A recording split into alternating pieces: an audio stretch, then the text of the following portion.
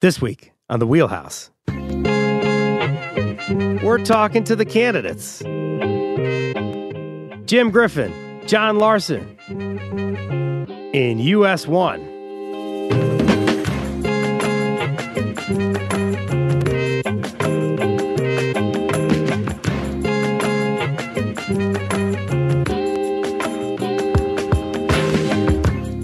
For Connecticut Public, I'm Frankie Graziano. This is the Wheelhouse, show that connects politics to the people. We got your weekly dose of politics in Connecticut and beyond right here.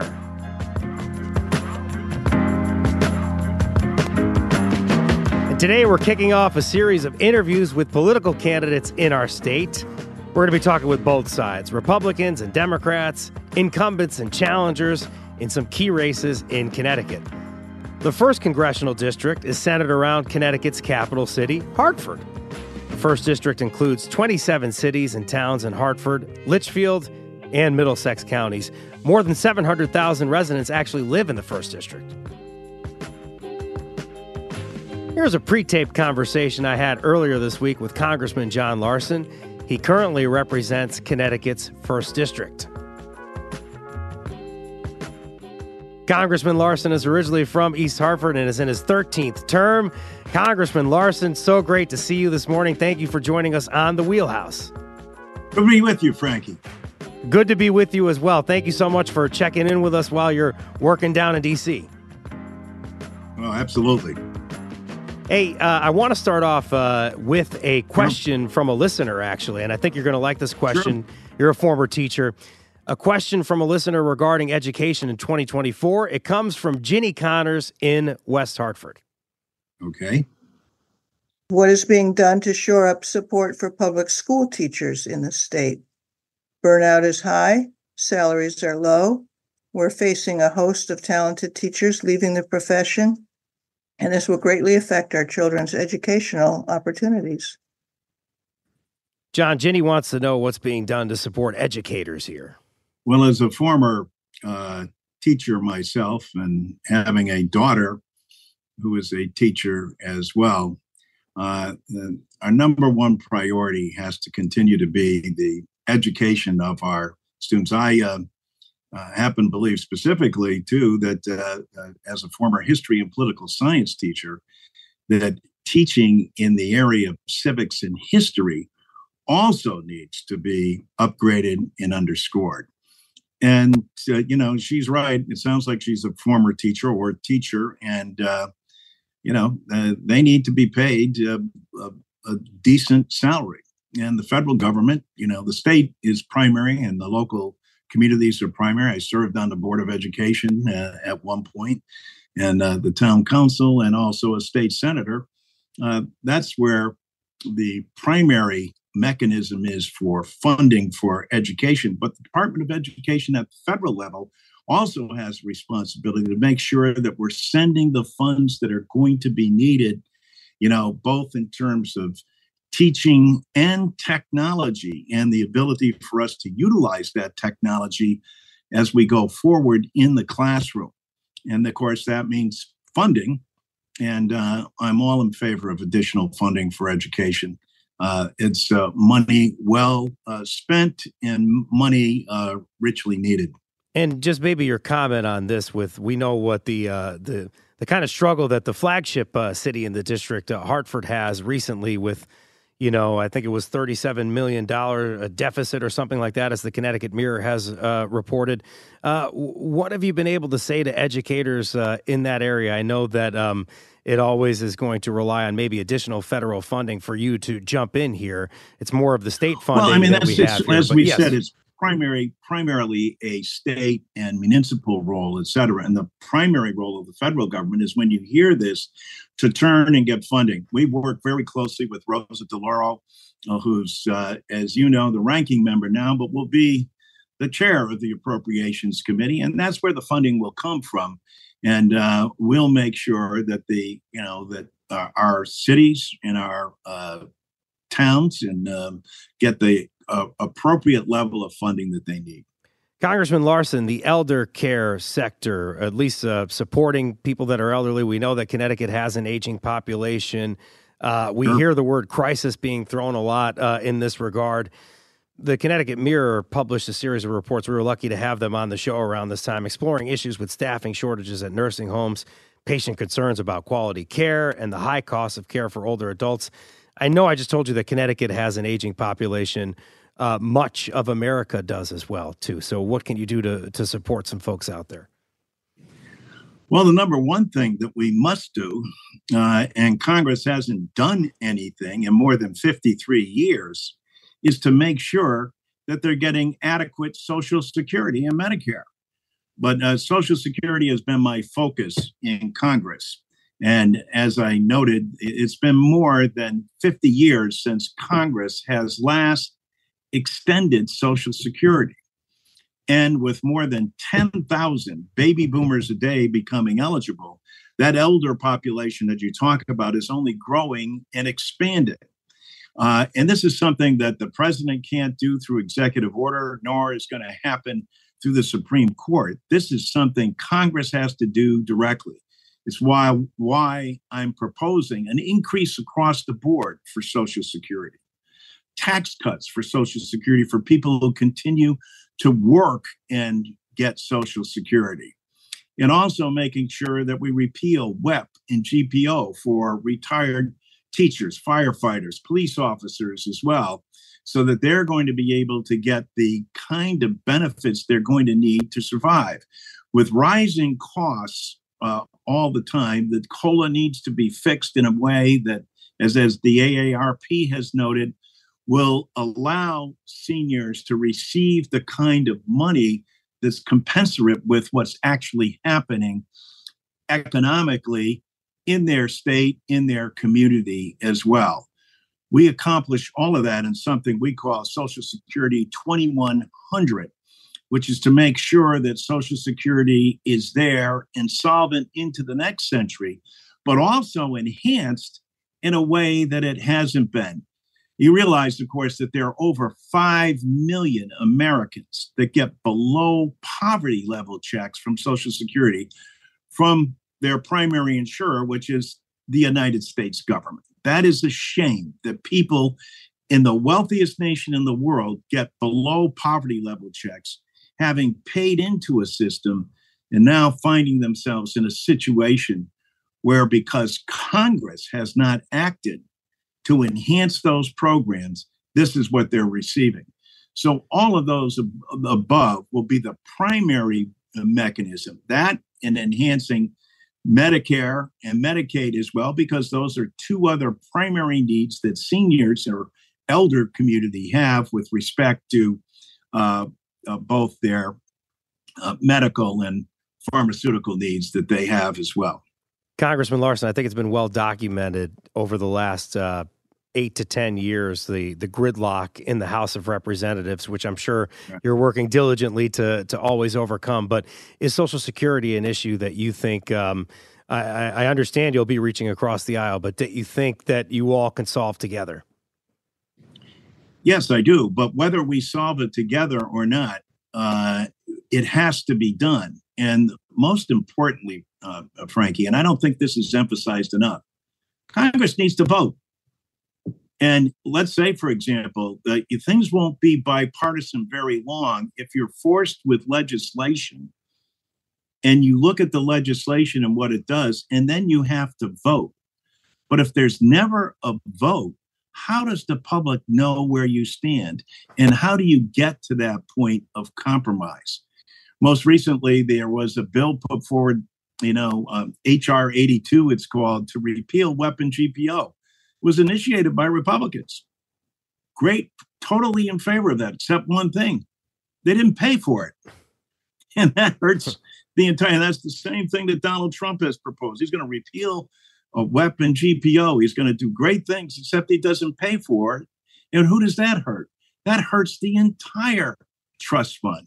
So in an effort to help 2.9 million people, rightfully so, you don't pay for it, you end up hurting 70 million people because the trust fund is depleted. So what we need to do is come together. And I believe once the items are put on the floor, Frankie, I'm hopeful that there'll be bipartisan agreement. Certainly, I don't see anyone disagreeing with the issues when you put it forward. What they haven't done is voted.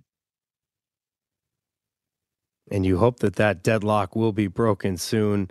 I wanted to give you another question here from a listener. I think you're going to get another opportunity to hear from a listener. This comes from Stephen Coleman in Farmington, and he wants to ask you about reproductive rights. Sure.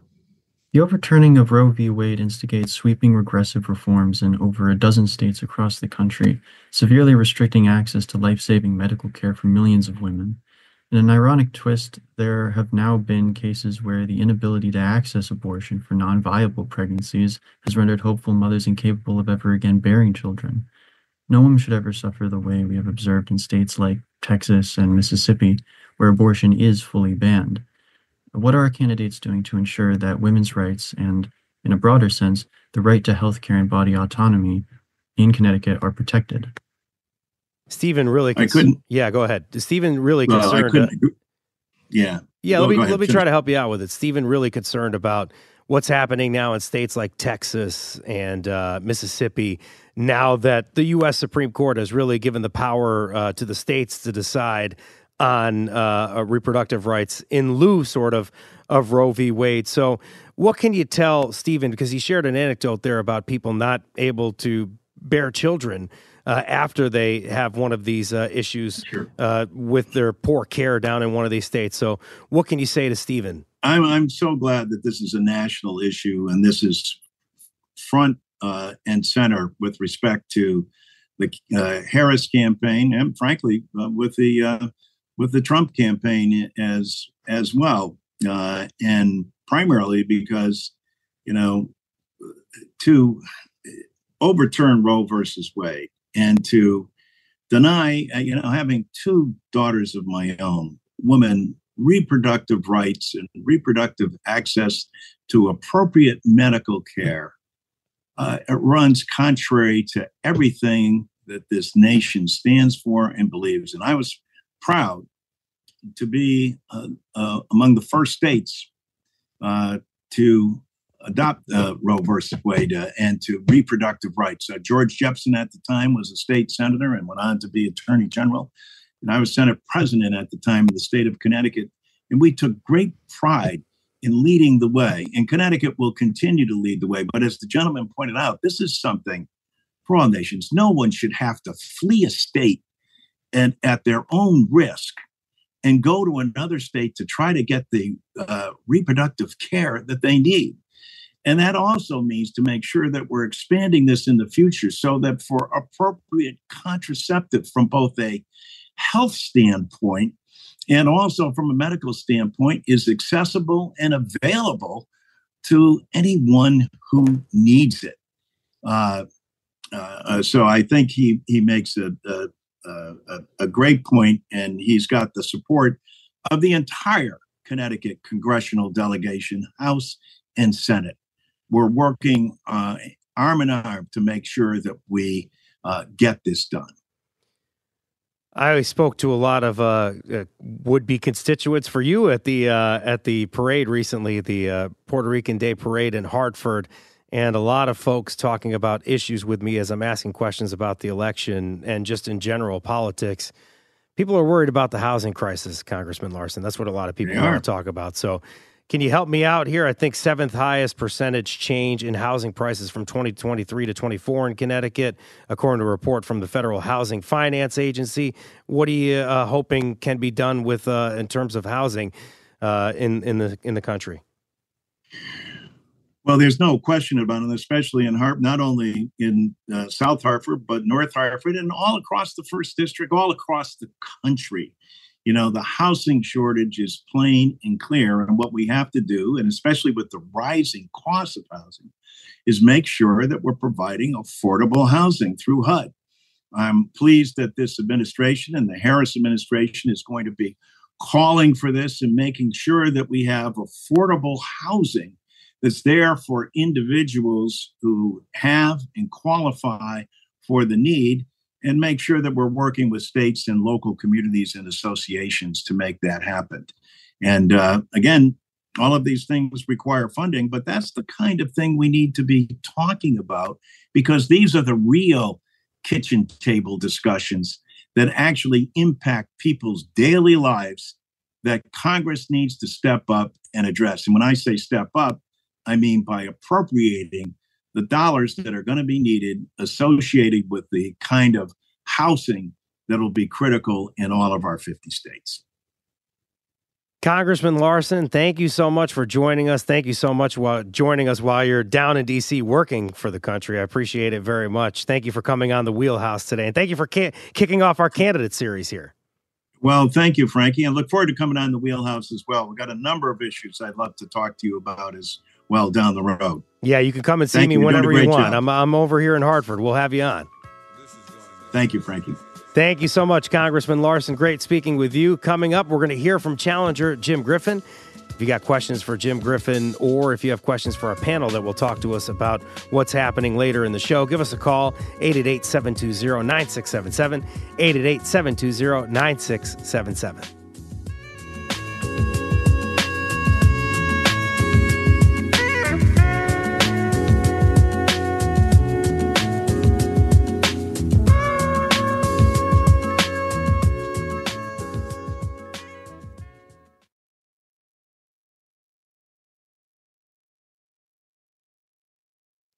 This is the Wheelhouse from Connecticut Public Radio. I'm Frankie Graziano.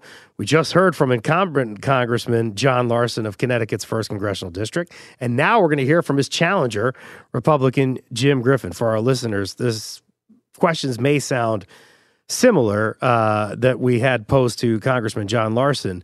Want to just make sure that we are being fair. We're considering democracy and giving you guys both a chance to answer similar issues-based questions. Right. Jim, thank you so much for coming on this morning. Thank you, Frankie, for the invitation. So nice to have you on. Any questions for Jim Griffin or our panelists, give us a call, 888-720-9677. Jim, just a little bit about you. Graduated from West Point, worked on the Capitol Hill during the Reagan years. A lot of experience in Army intelligence. Can you just pick out one of those particular items of experience that I pointed out and explain why that makes you ready for this job?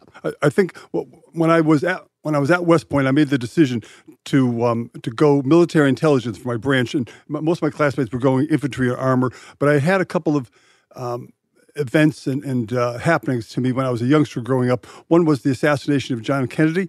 The other was the fact that my mother headed up the American Cancer Society fundraising here in Connecticut for a good deal of her years after she was an Army nurse during World War II. And she was very idealistic about the fact that we were going to try to win the war against cancer. But as it turned out, when President Kennedy was killed, I was convinced that he actually wasn't killed by Lee Harvey Oswald. And my mother was chagrined to find out that after almost 40 years of raising money for finding a cure for cancer, that no cure was ever discussed. So, and I was interested when I went to West Point to find out why that was in my beautiful country that I believed in. What was the little cancer that was inside of our country that would not give us a fair question answered about who killed President Kennedy, and the fact that we probably know how to cure cancer but have never come out with it. Hey, I got a question for you from a listener regarding education in 2024. It comes from Ginny Connors in West Hartford. You're going to get to hear a video clip here, Jim. All right. What is being done to shore up support for public school teachers in the state? Burnout is high, salaries are low. We're facing a host of talented teachers leaving the profession, and this will greatly affect our children's educational opportunities. Well, I'm not an expert on compensation for teachers, but it's my understanding that we have one of the highest compensation rates in the country. We also have a high cost of living here in Connecticut. My best notion for our state of education here in Connecticut to perhaps address the angst that you're discussing within the educational ranks is that we return the function of education to the states. It's never meant by the founding fathers or founding mothers. I always try to include the founding mothers because the founding fathers couldn't do it without their partners. But I think we've made a mistake in making education a federal agency rather than leaving it at the state level. When we were at the state level with education, America always finished 1 or 2 or 3 in the world in our educational. Since we've gone to a federal educational system, leaving this requirement to the federal agencies, we've dipped down to something like 30, 35. I think if some of that angst that you're discussing, ma'am, may be attributable to the fact that we stopped teaching basics of education in our schools. We've gone to teaching just sort of social issues. We have the federal United States Department of Education. We also do have some local funding for education as well, including education cost sharing. So I'm just thinking about a town like Hartford, that is a city like Hartford, that really is the flagship of this district that you're going to be in. Yep. Big deficit. The Connecticut Mirror said something like nearly $37 million in June. Yep. So any thoughts for teachers there and the administration there? Well, I think my mother was born on Garden Street, Frankie, 100 years ago today, or 100 years ago last month, 1924. And she said that when she grew up on Garden Street, went to school at what was St. Michael's and Clark Street, and she said she couldn't have had a nicer upbringing in Hartford when we had jobs. When we had jobs, we had good manufacturing, value-added jobs in Connecticut.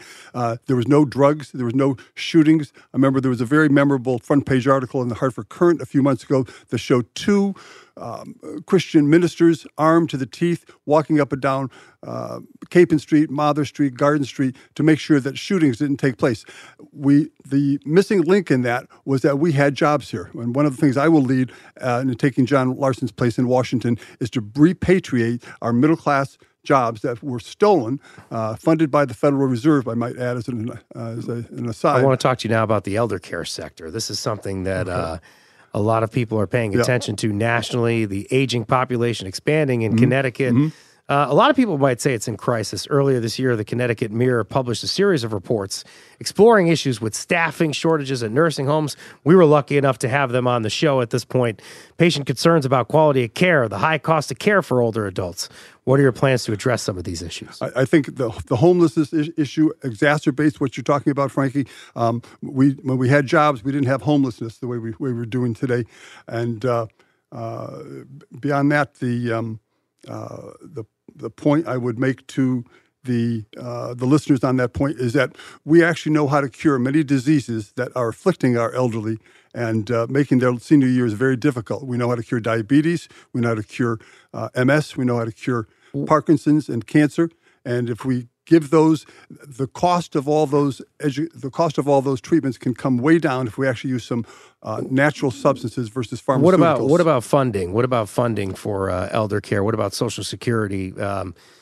Social Security has been a threat to get cut, people think, at the federal level. Again, we never had problems with funding Social Security when we had an industrial base, a manufacturing, value-added industrial base. We need to bring home our jobs from China that were ripped out of our culture and sent over there, also funded by the Federal Reserve. We need to repatriate them and bring them home so that we have those wages that we can then fund Social Security. Social Security is only funded if you have people who have jobs. We lost the jobs when we sent our middle class to China in the 70s, 80s, and 90s. We need to bring them home. Question from a listener in Farmington regarding reproductive rights. This is Stephen Coleman. Take a listen. The overturning of Roe v. Wade instigates sweeping regressive reforms in over a dozen states across the country, severely restricting access to life-saving medical care for millions of women. In an ironic twist, there have now been cases where the inability to access abortion for non-viable pregnancies has rendered hopeful mothers incapable of ever again bearing children. No woman should ever suffer the way we have observed in states like Texas and Mississippi, where abortion is fully banned. What are our candidates doing to ensure that women's rights and, in a broader sense, the right to health care and body autonomy in Connecticut are protected? Generally our safe harbor state here in Connecticut, but he's talking about a federal, any kind of federal protections. What do you think about that? Well, I was an altar boy at growing up in Bristol at St. Anthony's. I was an altar boy up at West Point when I was a cadet. I do believe in God's will, the Creator's will, that He gave us a free will to have our own conscience to what we do with our bodies and presumably with a body that sits within us. But what we had when I was growing up in the 60s, 70s, and 80s, we had the Ten Commandments on the wall. We had Christ's two great commandments. So if you had a difficult decision, such as that, whether or not you carried a baby to full term, while you have the right to do something like that, and God gives you a free will to do something like that, you also Connecticut, yes. Yeah, that's right. And that's good that we do that in Connecticut. But I can understand where the other states are coming from. But I think that what trumps that, I think, is the fact that God God gave us all a free will, even to do something difficult. But I think you need a moral background. Do you support a person's right to get an abortion if they would choose to?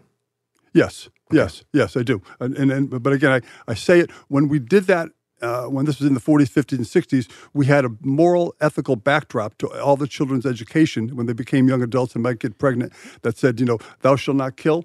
And if there's going to get an abortion, there has to be a really, really good reason. But help me understand, everybody's going to be looking at you at the federal level if you get elected. A lot of people are concerned about a federal abortion ban. So you get a vote if you get elected. Would you vote for a national abortion ban? I think that would be my first sense is no, simply because I believe in God's gave us a free will, and so I think it's a personal decision for the woman. But I think the woman is entitled to, and what we used to give women is an ethical backdrop for that difficult decision. Connecticut facing an affordable housing shortage. We're going to go from there from reproductive rights, including areas across the 1st District. I went to the Puerto Rican Day Parade the other day, and a lot of folks that I talked to at the parade, while having a great time, were also, I think I depressed them when I was asking about issues. They brought up housing. Yeah.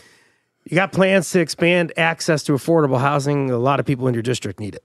Yes. And what's going on right now, I should just try to give a heads up to the folks. I worked on the Intelligence Committee and worked a little at CIA and NSA and DIA, and what's going on, in the housing market is difficult if young families or young adults are going to ever own a house, because this rapid increase in the value of the house is being orchestrated, and not just by laws of economics, but orchestrated so to make it more difficult. It sounds good to the homeowner today that their house has gone from worth $200,000 to $450,000 since last Tuesday, but that's not good for people trying to enter the market. I think that this is being choreographed by the Federal Reserve to make it more difficult and to put more strain and make people more likely to go with a one world order, because nobody's going to be able to talk about the federal banks and a lot. So no one's going to be able to afford a house. Help me with an interest rate. Is that something that we're talking about even today? I don't know if it's official yet. I'm on the air with you here, but they were talking about a quarter of a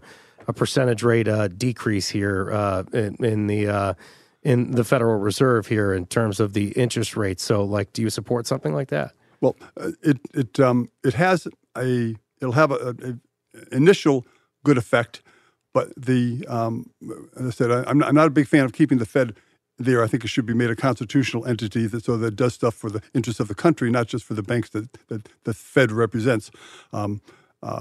And the deficit spending, where we get all our inflation, is out of control, because that's one of the other things that the Fed does. It does deficit spending deliberately to make us bankrupt and have to have inflation hurt the person at the food market, and gas and gasoline, heating, and all those costs go up. And now housing is going up.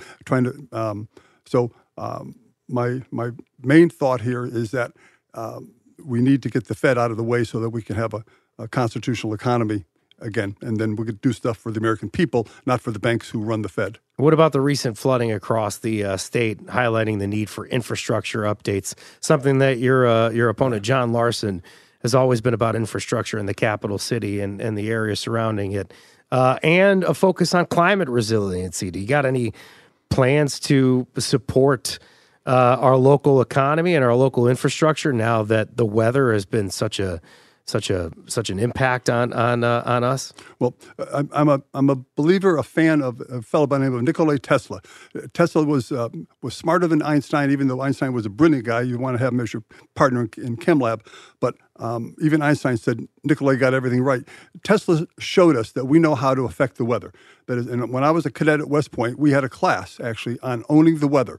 So all the climate change stuff is something that we can manipulate because Tesla showed us how to do it. And whether it's climate change or whatever the case is, we have floods. We can make floods or not make floods, or have hurricanes or not have hurricanes, because Tesla showed us how. So that technology should be, and also we can have free energy, Frankie, energy. Nikola Tesla showed us that we know how to do that. As Connecticut Public Radio's meteorologist Garrett Argianis always tells me, you got a temperature increase in the ocean, and that's making weather changes drastic in the United States and abroad. So it's going to be very hard to manipulate climate change. I would disagree with you. Tesla, when Tesla died, the government got all his papers. We only got a couple of minutes left here, so I'm going to give you one last chance here to reach maybe across the aisle, or you don't have to, as we've seen many lawmakers nationally. How can you reach across the aisle and speak to folks here? This is the last question. Good. I thank you for that, too. I started out my life, most of it, as a Democrat. I want to speak to my Democratic constituents in Hartford and West Hartford and Bloomfield and everywhere else, East Hartford. That's where my heart started with. I became disillusioned only when I saw my party go from being concerned about the middle class to just being concerned about doing what the Federal Reserve wants it to do, which is the global one world order. And that's not in anybody's interest. But I would... the only new world order I know was in professional wrestling with Hulk Hogan. Right. Which is one to enjoy. Got about a minute left here, Jim. Yeah. Okay. If we have I would think we want to have a constitutional bank, not one that's been thrust on us deceptively, and we want to be able to have a gold and silver standard so we don't have runaway inflation, and that would be something I would do for the middle class, and I would also try to make known the fact that we know how to cure cancer for all my good Democratic friends, which is something that my opponent will never tell them. Jim, such a blast to have you on here today. Yeah. We're out of time, unfortunately. Thank you, Frankie, very much. The Wheelhouse, I'm Frankie Graziano. This is Jim Griffin. He's running against John Larson. He's the Republican challenger in U.S. 1. Thank you so much for coming on. Coming up, we're going to unpack what we just heard from both candidates with Susan Raff, Chief Political Reporter, Capitol Reporter for WFSB, and Mark Pasniokis, Capitol Bureau Chief and co-founder of the Connecticut Mirror. If you have questions about what you just heard, join the conversation. 888-720-9677, 888-720-9677.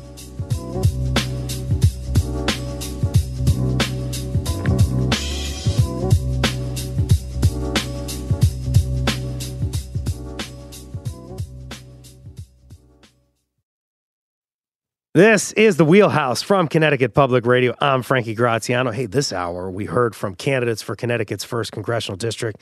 We had the incumbent Democrat, Congressman John Larson, and Republican challenger Jim Griffin. But now, maybe my favorite part of the show, I get to hear from some great friends.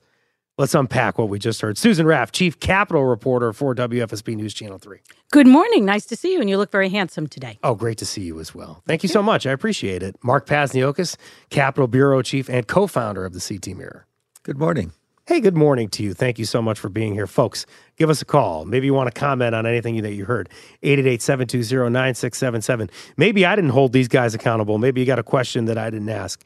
Give us a call right now, 888-720-9677. Susan, we just heard from both candidates. Reproductive rights, housing, even teacher burnout. Do you have any initial thoughts on what you just heard? I don't know. I think those are all very important issues, certainly for political campaigns this year. I thought that there was some insight into Social Security, which is a big concern in this country. And what John Larson was saying, that 70 million people depend on those benefits, but we have some 10,000 baby boomers every day who need those benefits. And I think some of the proposals want to raise the age again. So we need to do something about that. And I don't know if John really is going to have an answer for this, or anybody is, but it didn't seem like we were able to give our listeners any kind of hope that something might be able to happen on Social Security. No, I think his hope is that Democrats take back the House, and then he's going to be the chair of the Social Service Committee. And if he does, but still, I mean, if Congress hasn't done anything in 53 years, I'm not very hopeful that in the next election cycle something will. Yeah.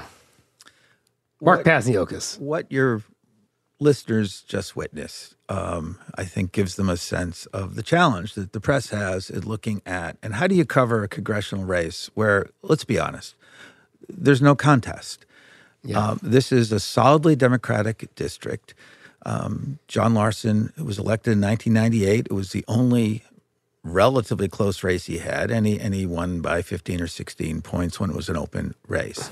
So what you see and what we just heard is you have a Republican challenger, and some years the Republican challenger, even though he or she has no chance of unseating the Democratic incumbent, may force Congressman Larson to explain himself, to challenge. What we just heard was a little bit different. Let's be honest. Mr. Griffin engaged in some conspiracy theories about the Federal Reserve Bank. It sounds like this was a whole life experience for Jim since he was young, talking about the Kennedy assassination, and it's kind of continued. Right. When we sat down together and I interviewed Jim, a couple of weeks ago, he believes that the Federal Reserve and the big banks are conspiring to take away our constitutional rights. Global world order. New world order. Yeah. So that is a bit concerning. But I think what Mark points out is very true, and that is in a state like Connecticut, where Democrats by and far outnumber Republicans. And that district is probably one of the most Democratic in the state. So, is there a real challenge here? Probably not.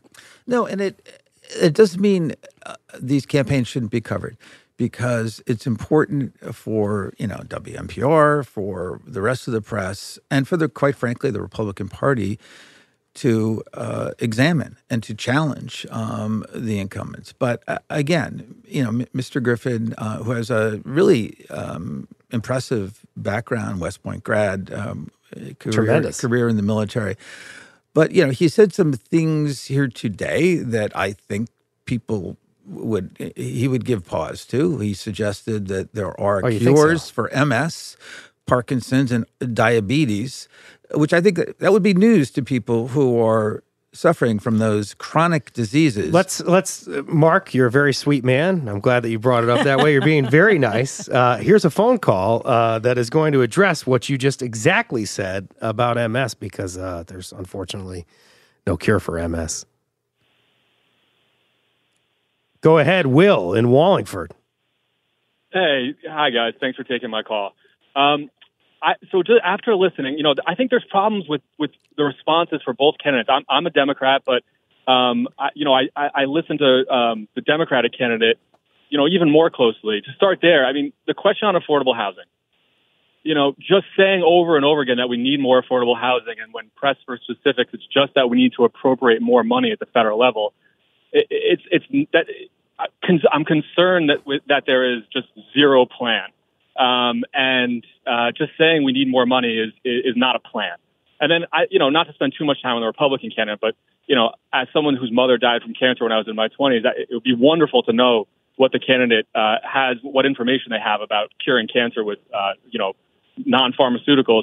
And I'm so glad that I'm not sure it's accurate, Will, is the most important part. So we won't spend too much time on it, unfortunately. And I'm glad we can solve climate change by manipulating the weather. But more concerning, I think, for the Democratic candidate, I just, it's such a massive issue. It's such a massive issue. And I have yet to hear a really good, solid plan for how it's going to be addressed in Hartford and across the state. So thanks for taking my call. Talk to you all. Will, do me a favor. Please call back next week. This was a great phone call. I really appreciate it. That was a great conversation. I just want to say before we address his, I think Will hit it on the head in 3 different subjects or so, but Marina just wanted to say, she's from West Hartford. Candidate just said that we have a cure for MS. I am a nurse for MS. We do not have a cure for MS. Very breaking news there from Marina in West Hartford. Thank you so much for sharing that. She says the statements were very misleading. Yes, I think that's an issue. But just a full disclosure kind of note, just like you guys do, I think we care very much about democracy at Connecticut Public. And if that's a Republican-endorsed candidate, I think you got to have them on the show if you're going to do these. And I think you're going to get sometimes something like we just got.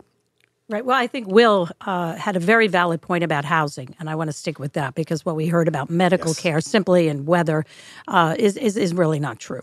But the fact is, here in Connecticut, that's an issue too, and it's going to be a priority for the legislative session. We need more housing, and there is some housing being built, but the question is it affordable housing?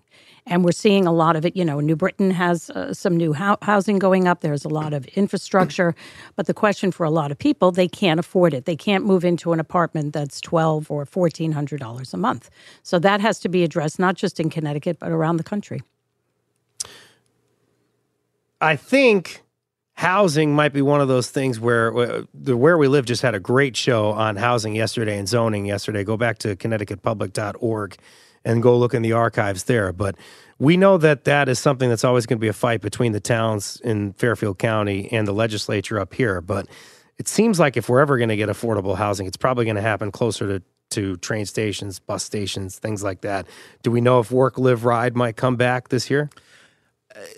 Yeah, I think there will be another attempt to do that. It'll be with the new legislature, and that's when you try to take another crack at something like that. But, there are broader problems beyond zoning. Zoning is part of it, but the cost of land. I mean, there are no easy solutions to that other than government subsidies to have blended financing. Try to leverage private financing the way that we see in Hartford with the Capital Resources Development Authority. They've been very successful in taking some public funds and leveraging a lot of private money and to build new housing or to convert commercial office space to housing at rates that are, relatively speaking, affordable. That's always a relative term. But, there's no magic bullet. There's a lot of different issues when it comes to affordable housing. The cost of land in Connecticut, the supply chain, construction costs went, bonkers during COVID, and they've come down somewhat on some of the basic things, but it's still expensive. So there's just, you're fighting zoning, you're fighting the realities of economics.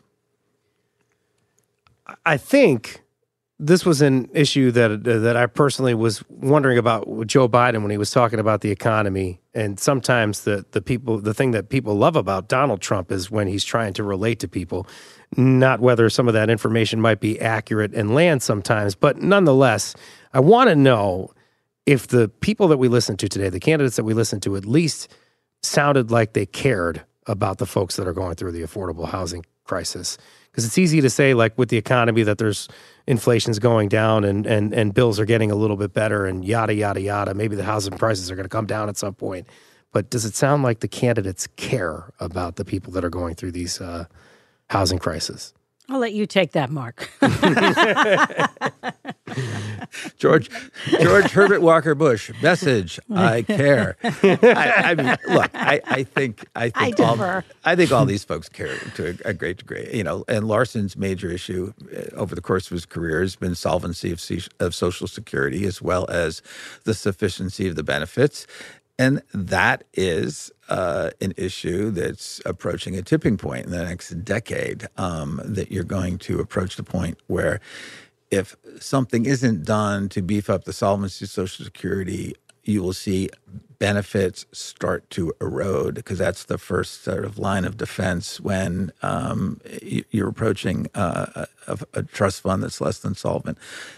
Larson has proposed certain solutions. An easy one, or not politically easy, is to raise the cap on wages that are subject to the federal payroll tax. I think right now it's anything over $160,000 is exempt from FICA, the federal payroll tax that funds Medicare and Social Security.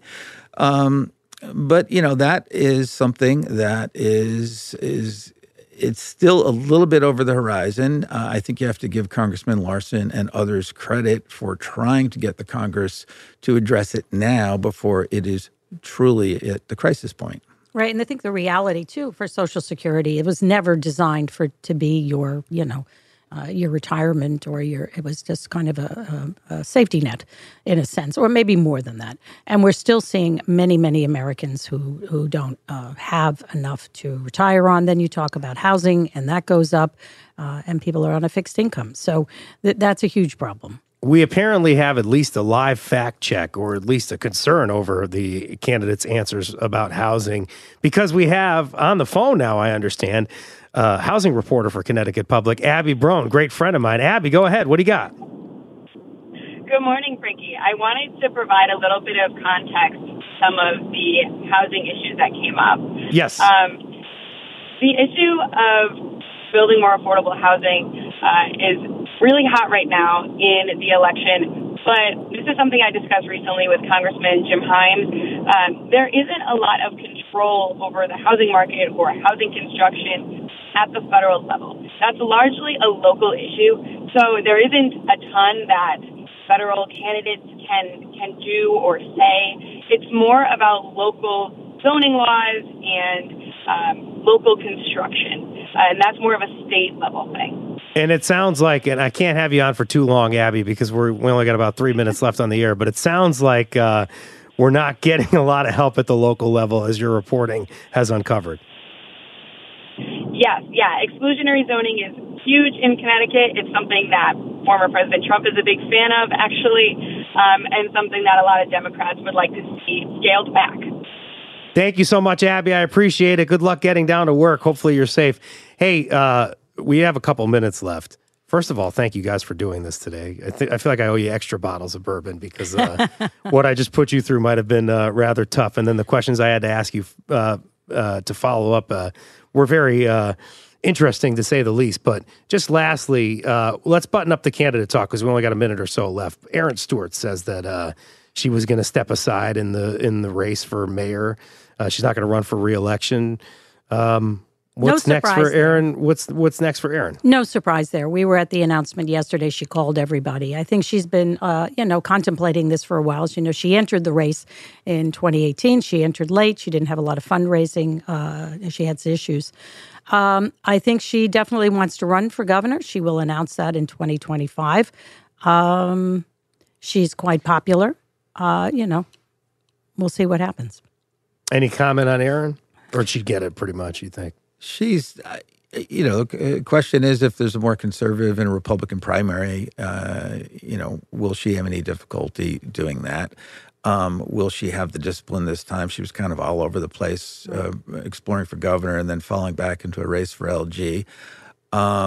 But yeah, the Republican Party right now is somewhat in disarray when it comes to who's on the bench. And she has been a bright spot for them. Killing it in New Britain and constantly beating back Democratic Definitely a rising challengers. star. And she's pro-choice. She's clearly a moderate Republican in a state that is moderate. So we'll see. Yeah. No, if you have a younger person, a Republican doing well in an ethnic Democratic city, that person is always by default is going to get a certain attention. You talked about discipline. Maybe got to get dad off of Facebook and Twitter. Maybe that's going to have to be He a way was that not can at the help her. announcement yesterday. Probably a good thing. No comment. Wait, I defer to you now again.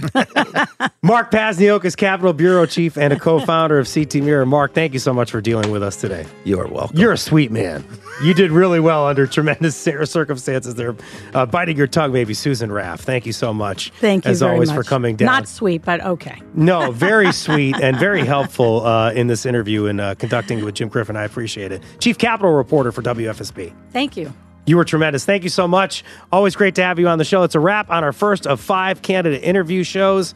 Next week, we're going to hear from candidates for Connecticut's 3rd Congressional District. Congresswoman Rosa DeLauro is going to be on the show. We're also going to have Michael Massey, who's a challenger there. Today's show, produced by Chloe Wynn. Thank you so much, Chloe. Edited by Robin Doyen-Aiken. Technical producer is the maestro, Dylan Reyes. Joe Koss, Bradley O'Connor manage our live stream. Graphics for our live stream created by Sam Hockaday. Thanks to Tess Terrible, Megan Boone for helping us in studio. Meg Dalton oversees the production of The Wheelhouse, also supported by Megan Fitzgerald. Special thanks to Julianne Veracci. Download The Wheelhouse anytime on your favorite podcast app. I'm Frankie Graziano. This is The Wheelhouse. Thank you for listening.